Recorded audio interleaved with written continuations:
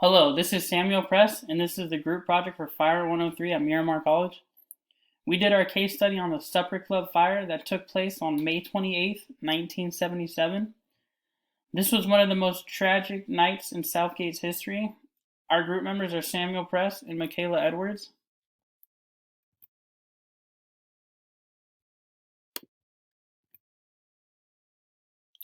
About the club. The Beverly Hills Supper Club was once named the showplace of the nation. It was located in Southgate, Kentucky. The building was created in 1937. It was known to attract big-name entertainers where people from all over would come to have a drink, gamble, and enjoy the shows. The tragedy. The fire that took place in this club was one of the worst fires of its time, as well as one of the worst fires in history. The fire at the Supper Club killed 165 people, injuring 200 people, while almost 3,500 people were there that evening. Many lives were lost, many lives were changed, and many lessons were learned as well. The night of the fire. The fire happened on the night of May 28th, 1977.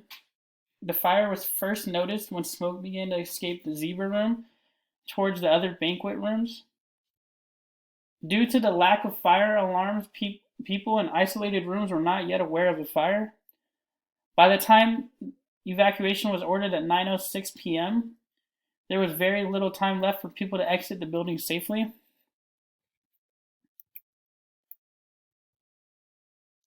Physical problems with the building. The building was not up to code with proper exits, fire alarms, or sprinklers. There also had the building filled that night way beyond capacity. There was also a lack of fire separation devices, decorative panels that played a huge part in the building's flammability. The framing of the building was wood, as well as another kind of funny story that happened. There was also a young man that was an employee that came out and told everyone there was a fire happening, and no one took him seriously. People also believed that that was part of the show, like that employee, the young man that was coming out and telling everyone there was a fire. There's people that literally thought that was part of the show. The cause of the fire. There was no direct proof of the cause of the fire. Many people at the time speculated it would be arson. However, with no evidence to show, it was up to the court to state the cause of the fire in the middle of the many lawsuits that were against the club.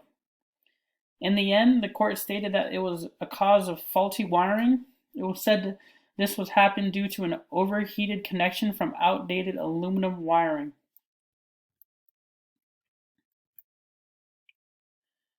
Problems with exiting the building. In addition to the building not being up to code, the multi-tiered room alone contained 1,200 people, and there was 300 more than its legal capacity. There were tables and chairs jamming the aisles and ramps of this room. Another problem was none of the employees were trained in the evacuation or any of the emergency procedures. That would have helped a lot.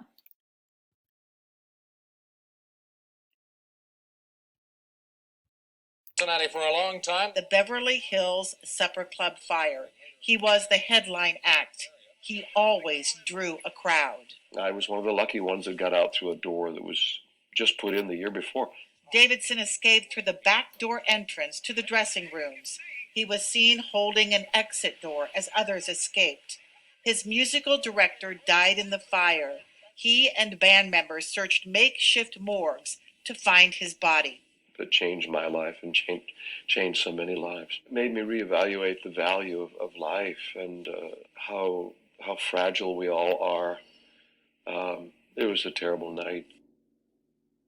So that was a video of a guy that was part of the entertainment of the night, and as you can tell, he said that he only was able to escape because of a door that was in place a year before the fire. So you could tell just how bad a shape this building was.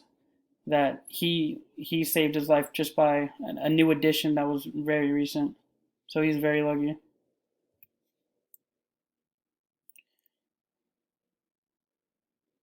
the damage done.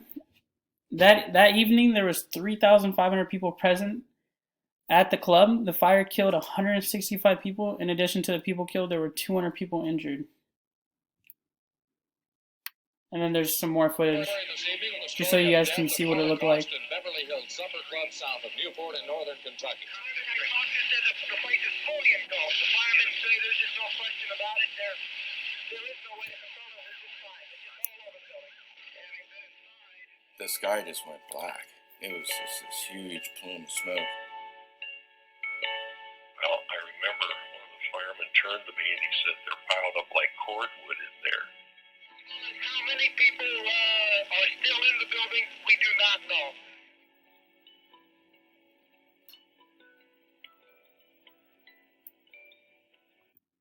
That's just to show you a little bit of what it looked like and how, you know, the energy that was there that night.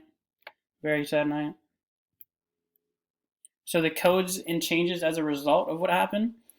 Sprinklers were required in nightclubs and public assembly areas over 300 capacity. Aluminum electro wiring was banned. And this was the first fire where the scene was preserved for an investigation, because they really wanted to see exactly what happened. So in conclusion, although it was extremely tragic what happened on the evening in May 1977, but it was important for people to understand why regulations are necessary and that they keep us safe. It was not an incident that happened without a new understanding of building safety. Lessons were learned through the unfortunate event of lost lives. So that's like the only positive thing we can take from this situation happening. We could, you know, learn from the past and then, of course, not have this happen again. And thank you guys for your time. Thanks for listening and watching.